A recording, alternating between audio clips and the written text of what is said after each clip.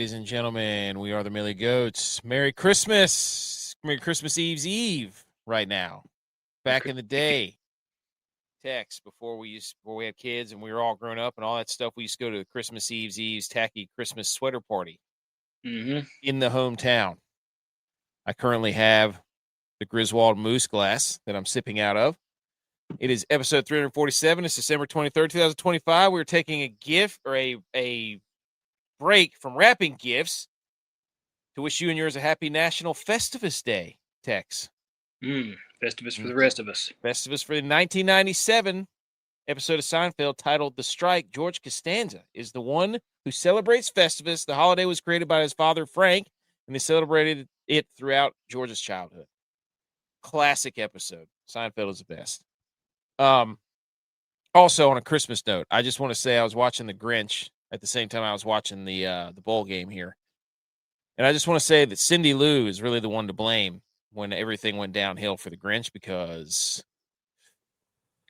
she didn't tell him about the present pass along, and that's when everything went south. So I'm not trying to be a jerk, but Cindy Lou, pretty much you can blame Cindy Lou. So Tex is here. I'm here. We're going to talk some football. This is an abbreviated version, but we put out episodes twice a week. Unlike some of these other shows, they don't, but we do. We are consistent. We are there. We are football. We love football. So we're going to talk Monday Night Football recap. We're going to talk a little bit of NFL news, two big things, and then a couple of things about college football and a little bit of bowl update. And then we're going to complain. We're not going to complain about the NFL Christmas Day. We're not going to, okay? We're just not going to do it. So we're going to talk football, and we're going to sit here, and we're going to like it. Baines says, shut up. You shut up, Baines. Ladies and gentlemen, if you're listening to the podcast, we appreciate it. Thank you for letting us be a part of your Christmas travels.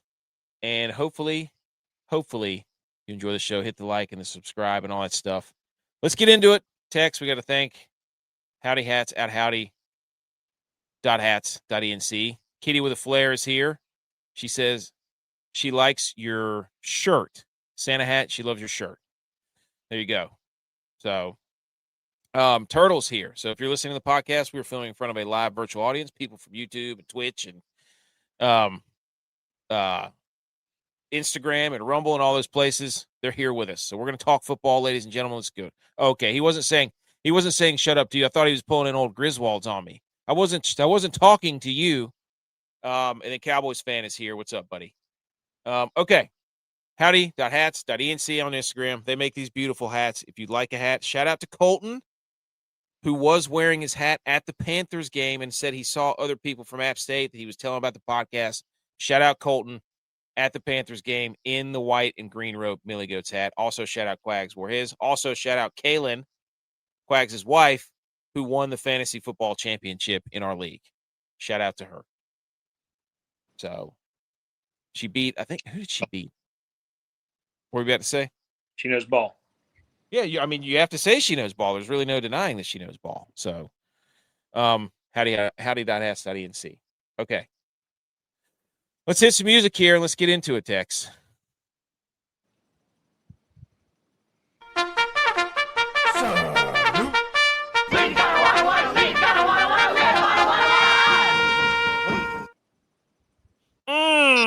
Tex, how's that make you feel? You want to salute the Niners? Take a minute here. Salute the Niners. No. Yes. Do it. Do it. No. Go ahead, dude. No, I'm not going. There's nothing to say. The floor is yours. There's nothing to say. Cowboy fan says the Ohio Bobcats lead UNLV 17-3. I have that on the TV. Cowboys fan. We currently got it on. I think we got UNLV, so we're in trouble. But that's neither here nor there. Let's take the clocks back a mere 24 hours, I would say. Now, I have to preface this with the fact that it was the worst possible conditions to watch a football game in because I was in the semifinals of a fantasy football league, okay? The girl I was playing, she played 3 49ers, and I was up by 70 points. I had 176 points, and she needed 75 points to beat me. So I had to watch the game rooting against the Niners players to not score that many points.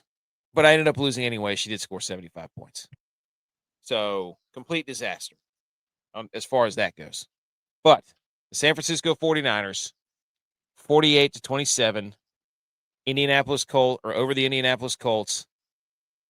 I'm just here to say the 1 seed is within the grasp of the 49ers, Tex. And it's really not up for debate. It's in their hands. I was in shambles watching that game simply because of the fantasy football predicament I was in. But I will say this, Tex. CMC and Purdy were running around without their shoulder pads on in the cutoff, dry fit stuff. Mm-hmm. There's a pec problem in San Francisco. There's not a lot of chest going on between Purdy and CMC. No. They need to hit the bench press. You know what I'm saying? Mm-hmm. I do got kickoff return. Oh gosh. I look up and I see the ball just rolling across the turf. So not a lot of pec work in the 49ers. Maybe that's their problem. Maybe that's why they get injured so much. They're not doing bench press, squats, and deadlifts. You think they're doing those? Because, I mean, clearly. They must be doing like a lot of just explosive exercises with their legs. Yeah. A lot of one-legged leg press where they push it up and catch it with their legs. A lot of medicine ball. A lot of band work. Yeah. I mean, the 49ers have the most injuries like every single year. And then when it hit me whenever I was watching the game and they were running around with their dry fits on. I'm like, oh my gosh, these guys aren't bench pressing. I mean, leave it. Don't let me criticize another man's chest, but let me criticize another man's chest because I do bench press. Tex, you bench press too. Mm-hmm. I know a chest that doesn't bench press when I see one. Having been a former not having a chest guy. Still don't have a chest. I would say my chest is not great, but it was better than that. CMC's got, he's incredible. He's got the pythons, he's got the abs, but I mean, at some point, we need some chest in there. Just throw a little, But anyways, the game starts. Colts are in the blue jerseys. Phil Rivers out there with his dad bod, all that stuff. They got black confetti falling randomly from the ceiling. I have no idea what that was about, or it was blue.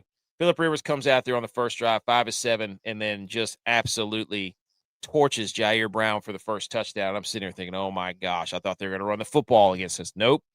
The first throw to Pittman that he tried to throw deep, though, I don't know if you saw that.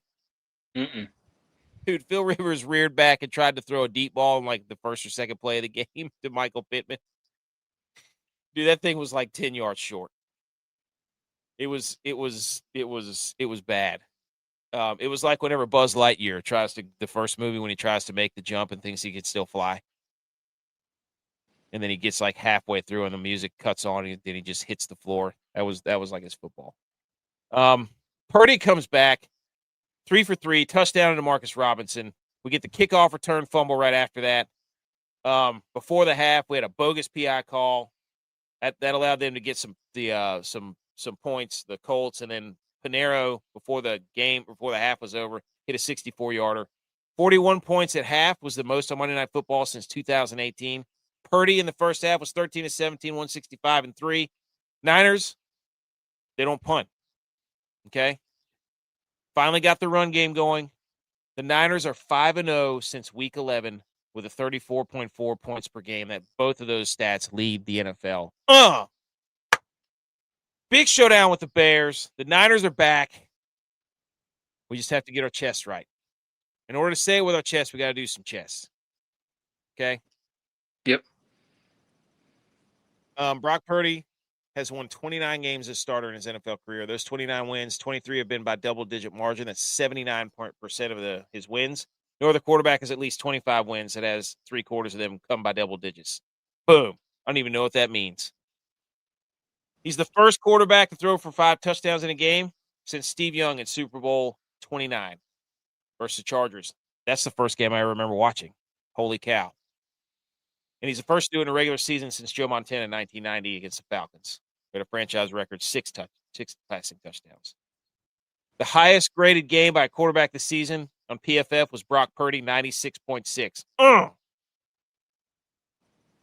We are going to wait, I think, until next week. We're going to wait until next week to do the CFP predictions. We are going to pull up some CFP stuff, though.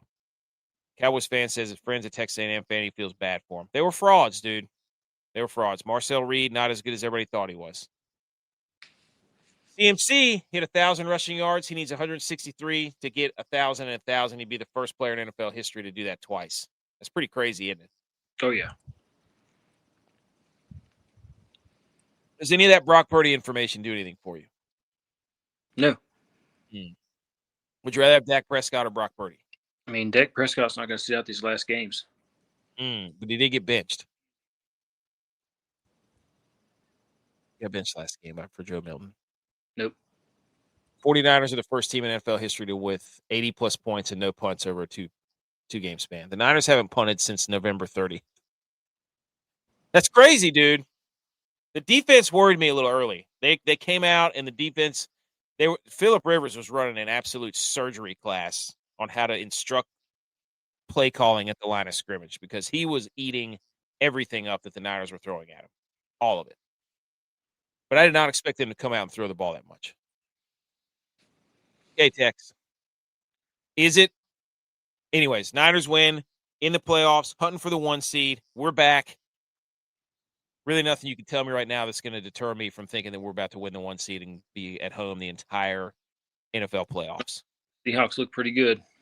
We already beat the Seahawks in Seattle. They Play look them good. Saying, dude. I'm just saying. For all you Bills fans out there, you're welcome. And the Jags and the Chargers. But primarily the Bills, Tex. Because with a loss by the Colts, the Bills have clinched a playoff spot. How can you clinch if you don't even play a game? The Bills needed the 49ers to do their dirty work for them. Is that fair to say? You're an impartial party here. I think the Bills would have gotten in on their own. But they didn't. Now they can't take credit for it. But they did. Those are the rules. Those are the rules. I didn't make the rules because J-Vi sat up here and said, oh, the 49ers can't even do it on their own. Well, guess what, J-Vi? The Bills can't do it on their own either. Need somebody else to beat the Colts for them. Just saying. Also, fun fact here, Tex. We brought this up. I'll never forget it. There's a clip somewhere on the internet of us talking about this. The Bills have been on a heater since Sean McDermott took his glasses off. They're now 8-1. I remember when they showed him on the sidelines. Where was it? I can't remember what game it was.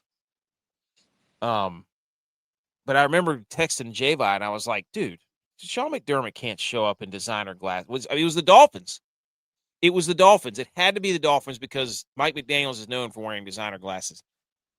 But the Bills were 3-3 with his glasses that he just randomly started wearing, and now they're 7-1 without the glasses. We called it. We were on it. I mean, that's stuff we notice, right? Mm-hmm. I mean, this is a great stat, but we should have been keeping up with when he was wearing glasses when he wasn't. That was our fault. But I bet you there's a clip on the internet or one of our socials that talks about this. And that's what I'm saying, the chest stuff. Like if the Niners started incorporating in the 3 major lifts, I think the injuries go down, right? Mm-hmm. So, all right, that's all the Monday Night Football and the Bills talk. That play, they had it and they ran into each other. Who, UNLV? Yes. I can't believe that Ohio is winning this game. That's what Cowboys fans said. Tex, look. He said the UNLV back just rocked by his lineman. All right, other NFL news. Listen to this. Did you see this? So the fallout from DK Metcalf, okay? Grabbing that fan at the end of in the middle of the game with the Lions. This is what happened. The 2-game suspensions for Steelers. This is for me and Rappaport.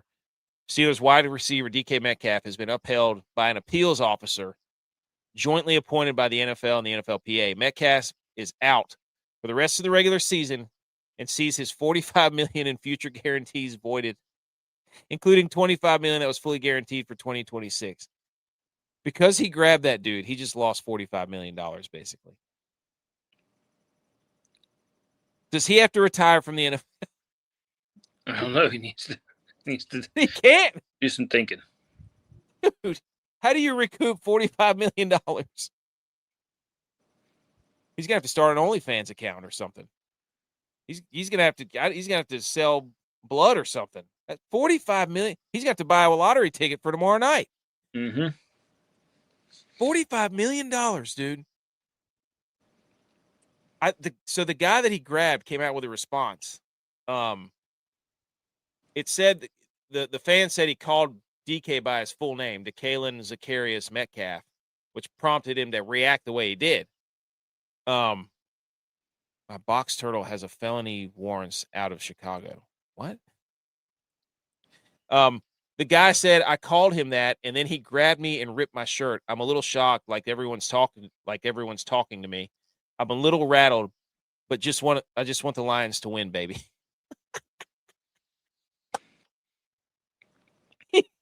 He said he just wants the Lions to win. What a true fan, dude. What a true fan. Guy's a social media star, and he's just like, I want the Lions to win. Fans are the best, man.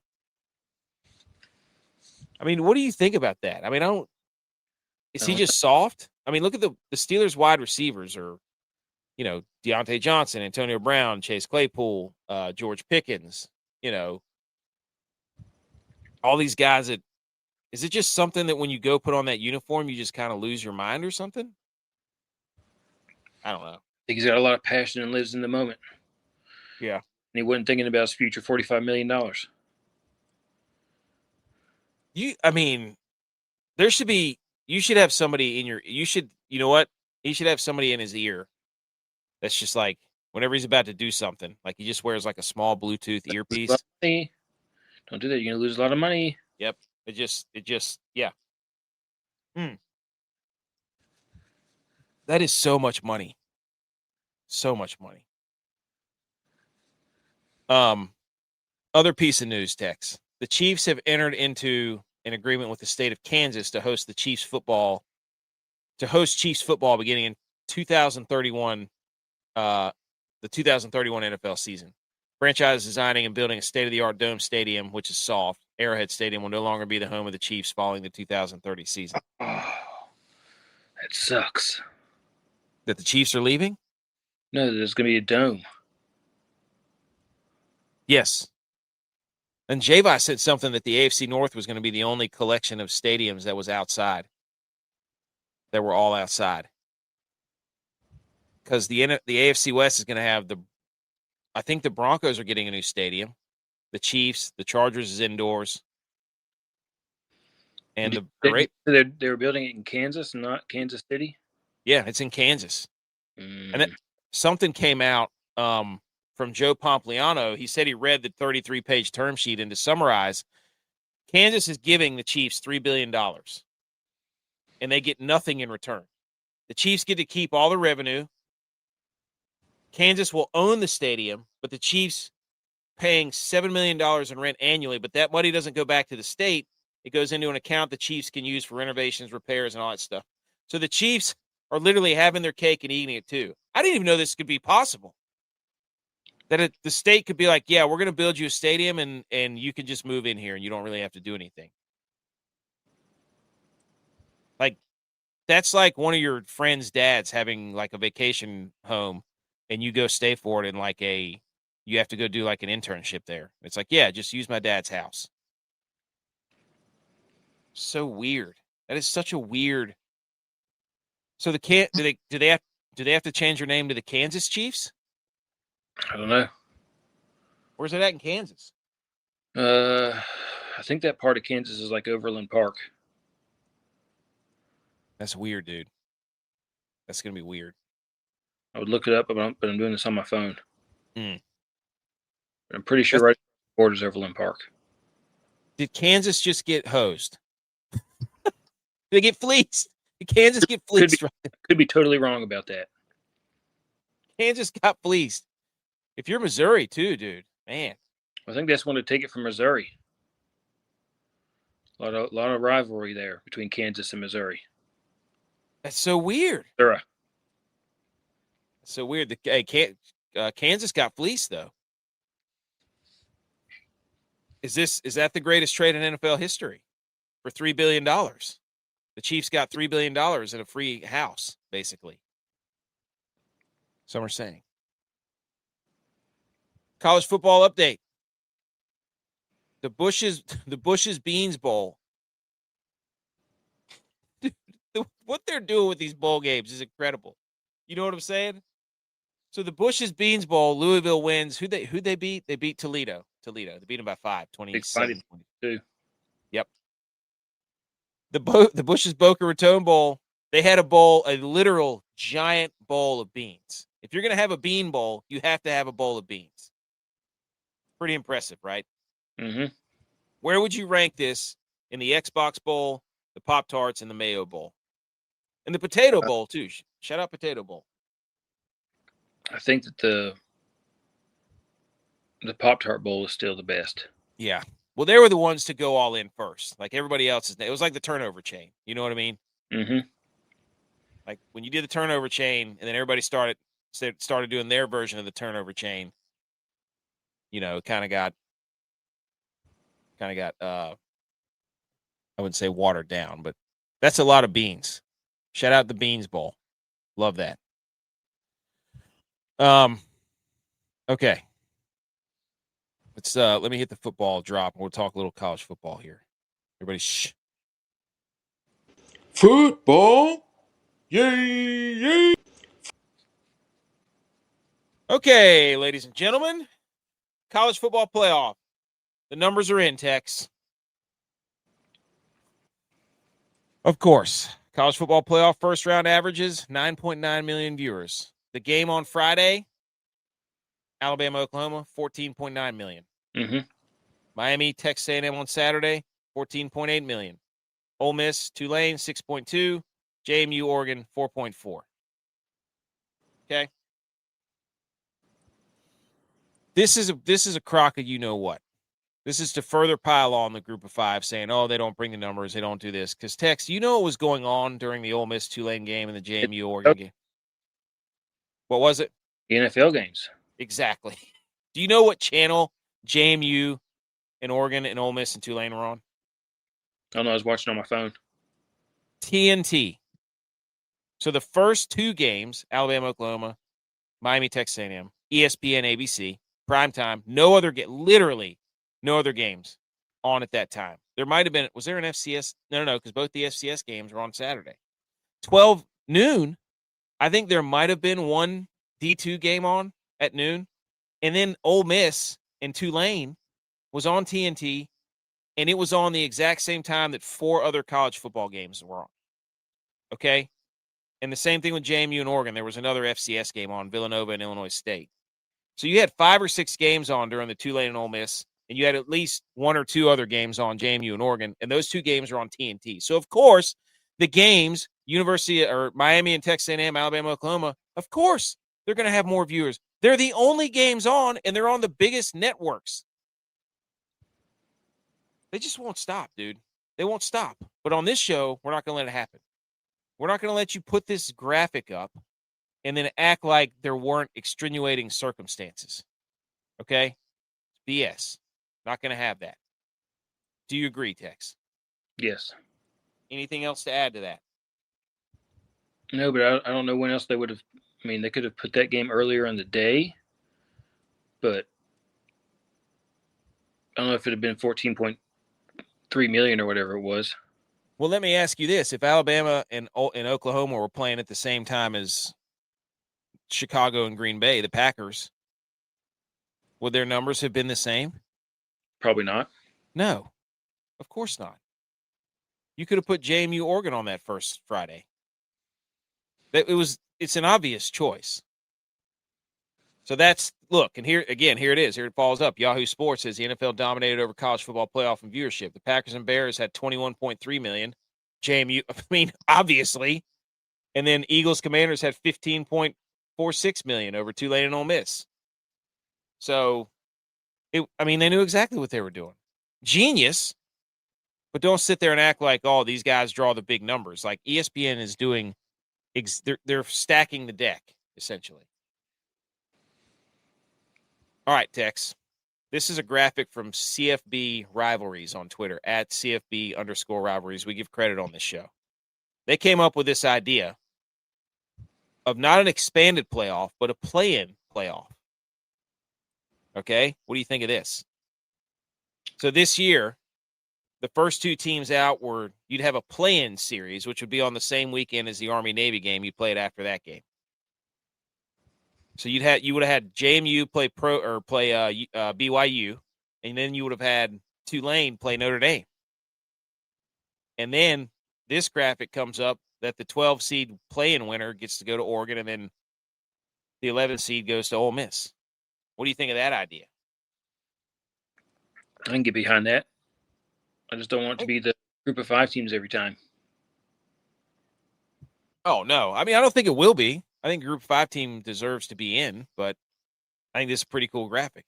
I think that's a pretty good way to expand it without expanding it, but also offer all of us more football. Like, everybody who's complaining about the playoffs, you don't love football. Shut up. If you get to talk about football for a living and you're complaining about football, you're an idiot. I'm sorry. Why would you complain about watching football? You know what I'm saying? Mm-hmm. So, Tex wants to plan to be all SEC teams. That's a good one, AKC. Got him. I love it. Okay. And then a quick update on our college football path to the Natty power rankings. Tex, we had this 1 through 12. Number 12 was Miami. Miami won. Number 5 was basically all we did was re-rank these. I keep looking at this just laughing, and I'm like, basically all we did was say we just re-ranked the top 4, but it was based off a path. So JMU's out. They were number 9. Oklahoma's out. They were number 10. Tulane was out there, number 11. So we had those right. The only one we missed was Miami and Texas A&M. We had Texas A&M way too high. We had them at 5 with path. So overall, I still like the way we look here. I still think Texas Tech has the best path to get to the Natty. And Georgia has a good path. So just wanted to update everybody on that. If you've been following along, what do you think, Tex? I think that, in hindsight, maybe we didn't give Miami enough credit. We did not. I was mad that they got in over BYU, so I ranked them last, and that blew up in our face. Really thinking we gave Ole Miss too much credit, but potentially. See. Look, we're going to update this, though. Don't worry. We'll keep you posted on this. All right. Let's get to some updates on the Christmas games, and then we will skedaddle. We're not going to talk much about the college football playoff too much because they're not until when do they start? A week from today. So next Wednesday, I think, is when one of the games is. So we're probably not going to do a show next week. We'll probably do it Tuesday again next week because it's a holiday night. Yeah. New Year's Eve is next Wednesday. So we're probably not doing a show. We'll do it Tuesday. Anyways, it's neither here nor there. We'll go more in depth next week about college football playoff predictions, Cowboys fan. Okay. Everybody shh.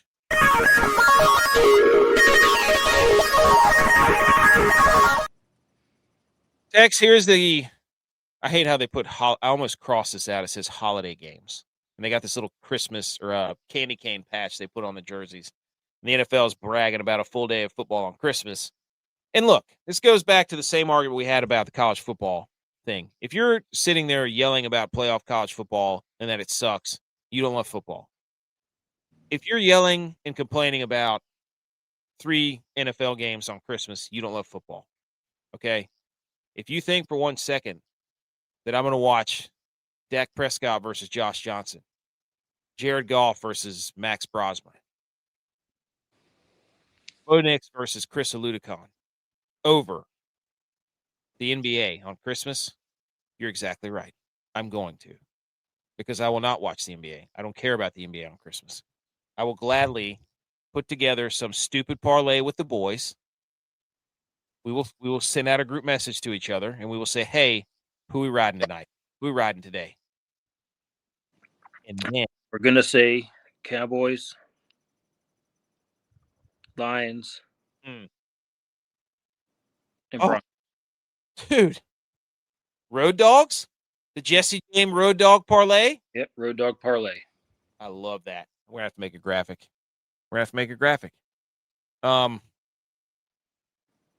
Do these games have any? We're to go. I'm pulling up another. We're gonna look at the over under and the spread minus or the plus minus or the spread real quick. But I want to give shout out to Sebastian at Mr. Case B on Twitter. We always do this on our weekday show. We look at the playoff leverage graphic. Pretty bare here. Okay. Do these games have any impact on the playoff picture? Yes, there is one. The Detroit Lions, if they win this game on the road in Minnesota, have a 10% chance to make the playoffs, even though they lost to the Steelers. Other than that, Cowboys eliminated. Commanders eliminated. Vikings eliminated. Chiefs eliminated. Broncos clinched. And I believe that's it. Yes. So, but still a big football weekend. Game with the most leverage this weekend will be Saturday. Ravens-Packers 34.5% leverage. Not a lot of games with a lot of meeting this weekend. As far as playoff goes. Seeding for the playoffs, yes. But anyways, shout out Sebastian for making that graphic. It's incredible. Dude, you're not even kidding. How could everything was going against or Ohio? Their coach left, and they had people sitting out, and then all of a sudden UNLV is 10-3. All this talent, everybody's playing. Nothing. Come on, Mountain West. Not a good bold season for the Mountain West so far. Okay. All right, Tex. Let me pull up here we go. Real quick. Here we are. Tex, you said it earlier, the Cowboys and Commanders. Game means nothing. How do you find motivation to watch this game and love this game?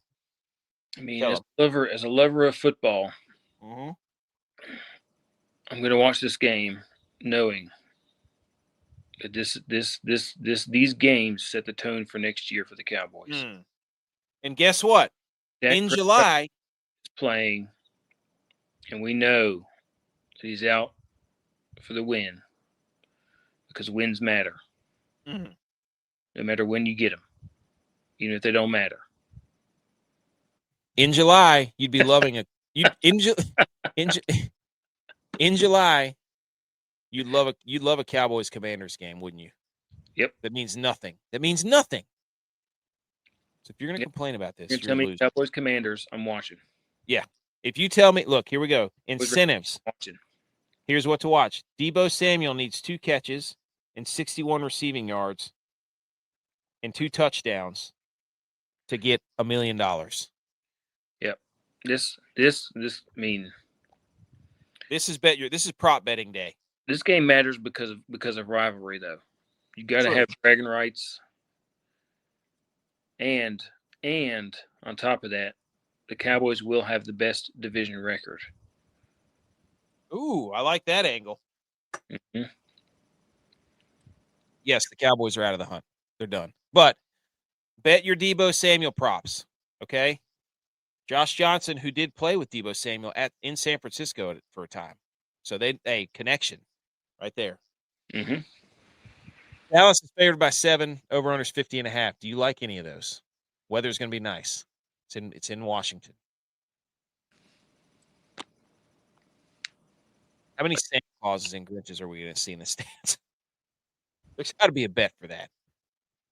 For like showing us a Santa Claus or a Grinch immediately. How long? What's the over-under in seconds they show Santa Claus or Grinch on the TV? 0, because they're going to be having them on before the game. Dude, it's going to be incredible.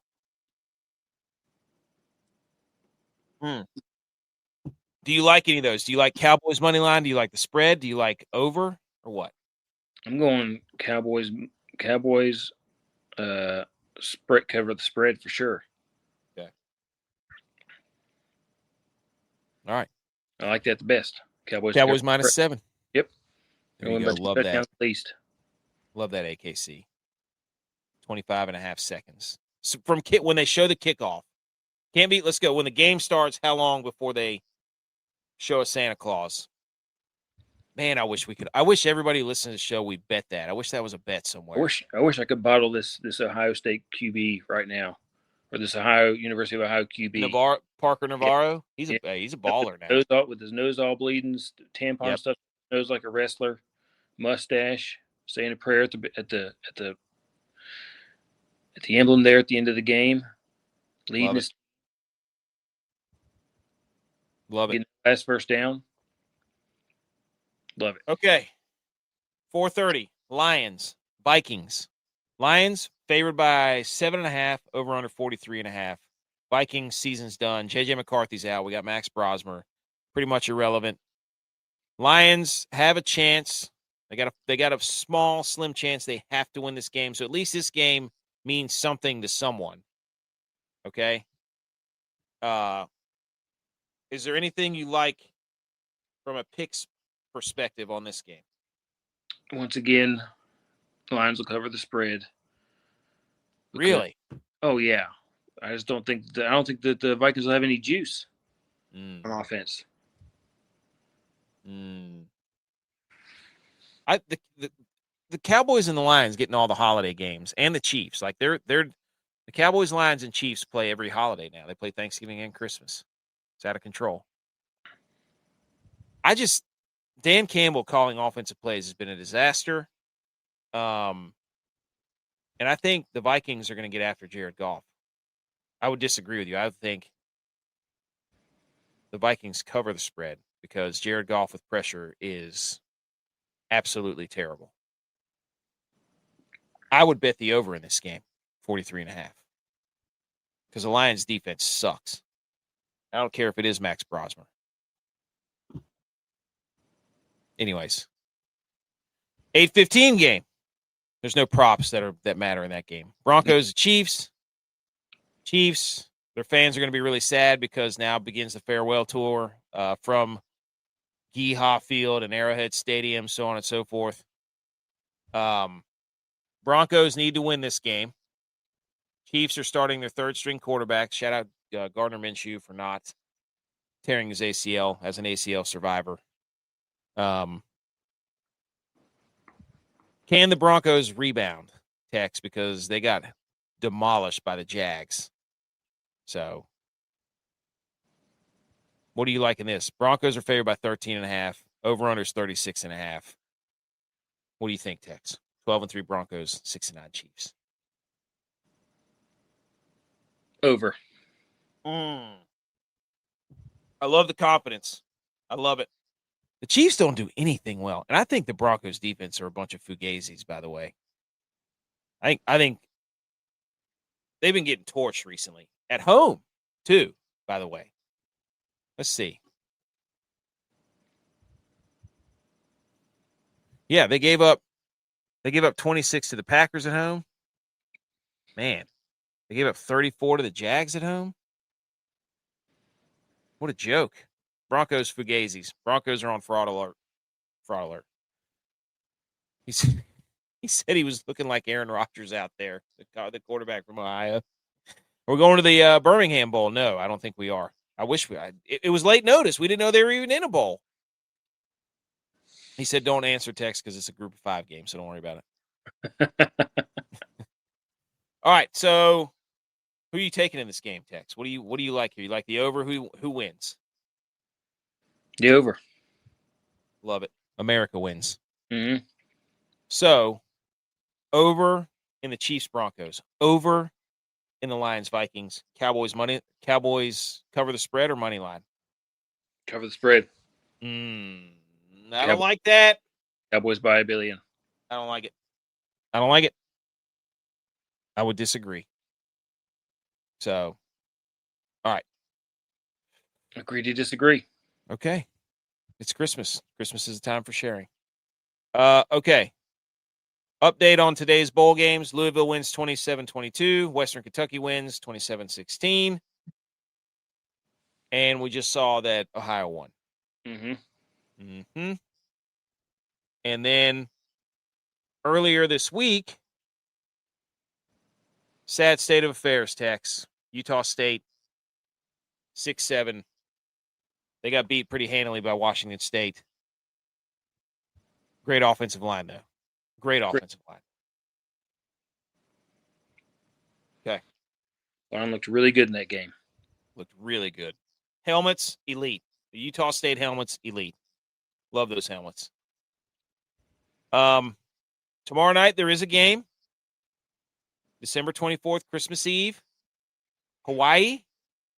California. At home. At home versus Cal. Hawaii is favored. Get to see our guy, JKS. Sagapulatele versus the Tokyo Toe. And what's the quarterback? Are these just two left-handed guys? I'm pretty sure this is two left-handed quarterbacks. The lefties. Yeah, Alihado. Is he left-handed? Is Micah Alihado left-handed? Yes. Dude. Sagapulatele, Alihado, left-handed duel. This is great. This is great. It's going to be 80 degrees. Tex, who do you like? Hawaii minus 1.5 overs, 50.5. Cal or Hawaii? Hawaii. I respectfully disagree. Minus 1.5. I respectfully disagree. Hawaii's really good at home. You know what? We're going to be together this weekend. Loser has to do something. I'm not doing that. You take Hawaii, I'll take Cal. Yep. Okay. All right. Fair. That's a great. Love that. Left-handed bowl. That's your kind of bowl. Three games on Friday. Then a slew of games on Saturday. It's gonna be great. All right. Football's about to pick up. Anywho. Tex. I've got what I think is it How Dare Yous? Got one How Dare You. I didn't get to upset alert or upset advisory. I didn't get to picks of the week because everything was sped up this week. We got Christmas going on, but we did want to get a show in to talk about the Niners, talk about a little NFL, talk about some college football. Nobody wants the Niners but you. What? Nobody want to talk about the Niners. It's the first thing on the headline, dude. It's the first thing on the title. Sorry about it. We'll get the graphics out of upset advisory and the picks, though. Those will be out this week. You can bet it. Okay. I do have one How Dare You. So you can How Dare You. How dare you? How dare you? How dare me? How dare you? How dare you? How dare you, sir? You're gross. How dare you? Okay, How Dare You? Here we go, Tex. Do you have one? Because I have one. No. How dare you I'm not really sure who I how dare you to live golf or to Brooks Koepka, because Brooks Koepka, Live Golf just put out thank you at Brooks Koepka. That's it. So Brooks Koepka, apparently his contract has been terminated with Live Golf. So I'm not sure there's a how dare you in there, but I'm not sure who it goes to. And then the PGA Tour comes out and says the most plain thing you've ever heard. Brooks Koepka is a highly accomplished professional, and we wish him and his family continued success. The PGA Tour continues to offer the best professional golfers the most competitive, challenging, and lucrative environment in which to pursue greatness. So what does that mean? Yes, lucrative, no. What does that mean? So apparently if you go to Live, you can't be on the PGA Tour for a year. So that's going to be what people are going to be watching for. So how dare you to, oh, buddy, Buddy, AKC, are you kidding me? We can't do that because it's not for another couple of weeks. But everybody's been playing Illinois State. Go back and check the upset advisories. Illinois State is on the upset advisory as the upsetter, not the upsettee. You better believe it, buddy. I've been on the Redbirds. And also, shout out the Redbirds. I got a $2 million donation. But, Tex, who's the how dare you to? Is this to live, the PGA, or the Brooks Koepka? Well, I was reading about this, and Brooks Koepka, I don't think it can go to Brooks Koepka because his wife had a miscarriage. Oh. Here. So I think that he said he decided that he wanted to spend more time with his family. So I think stuff's going on he's probably got to deal with. I don't know if I can necessarily go to him. That's a fair point. I would say it's to live. No, I'd say it's a PGA Tour because it's PGA Tour because they're going to block him out here. Yep, they're going to try to grandstand here. They're going to try to make an example out of him. It's to the PGA Tour, but also we're PGA Tour credentialed, so we're in a pickle here. You know what? How dare you to? I don't know. You know what? Oh, I know what this is. You know what this is? TGL. TGL is going to try to sign him. You know, TGL starts in like a few weeks, like 2 weeks maybe. Maybe not even 2 weeks, maybe a week or two. The PGA wanted to drum up some talking points. Brooks Koepka gets kicked out of LIV. Maybe they sign him to TGL. It's not a sanctioned PGA Tour event. Drum up some internet stuff. Brooks Koepka to the TGL. You watch. Say, hey, we can't let you back on tour, but you can come play with your buddies over here. Ease him back in. Love that. That's the angle. I do love Montana State. No, I don't. I hate Montana State and Montana. I hate them both because we played both of them. My last game ever was in Montana. Mine and Jay, well, not J-Boz, but mine. So I don't like the Montanas. I respect them, but I don't like them. BMO's here. He says, boys are ahead of the game. Done rapping? Just about, buddy. Just about. Of course, I've seen your basement, BMO. You have way more toys and presents than we could ever imagine. Mr. Moneybags up there. Tex, that's it. It's over. It's the quickest show we've ever done. Yep. Ladies and gentlemen, thank you for riding along with us. And if this podcast found you on your Christmas Eve, Christmas travels, thank you.